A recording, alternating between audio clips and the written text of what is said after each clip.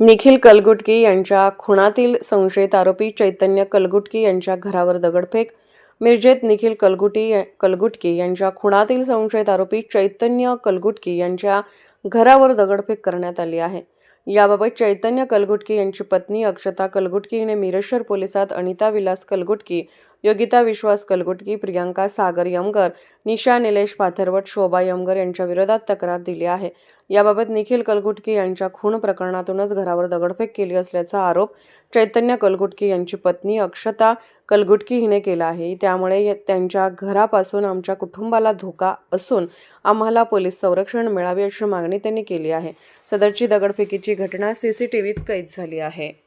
मी सौ अक्षता चैतन्य कलगुटकी, राहणार वडरगल्ली मिरज। रविवारी दिनांक 7 तारखेला सायंकाळी 5च्या सुमारास योगिता कलगुटकी यांनी त्यांच्या वैयक्तिक वादाला वेगळं वळण देऊन निखिल कलगुटकी यांच्या खून प्रकरणी निखिल कलगुटकी यांच्या घरच्यांना, त्यांच्या आईला अनिता कलगुटकी आणि त्याची बहीण प्रियांका यमकर, परत निशा पाथरवट आणि त्यांच्या 2 माम्या आणि आत्ता शोभा यमकर यांना बोलवून घेऊन आमच्यावर दगडफेक आणि शिवीगाळाचा मार केला आहे।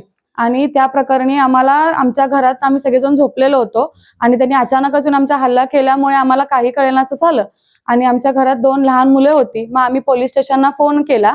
मग पोलीस स्टेशनने योग्य ती कारवाई करायला लागलेत, परंतु आम्हाला आता ह्याच्या पुढे पण त्यांच्यापासून आमच्या जीवाला धोका आहे असं आम्हाला वाटते आणि ह्याच्या पुढचा जो घटना घडली आहे ती आमच्या सीसीटीव्ही कॅमेऱ्यात कैद झालेली आहे। मला आमच्या आता पोलीस प्रशासनाकडे एवढीच विनंती आहे की ह्याच्या पुढे आम्हाला योग्य तो न्याय मिळावा आणि संरक्षण मिळावं, कारण की ह्याच्या पुढे पण आम्हाला त्यांच्यापासून धोका आहे। ही घटना परत कधीही घडू शकते।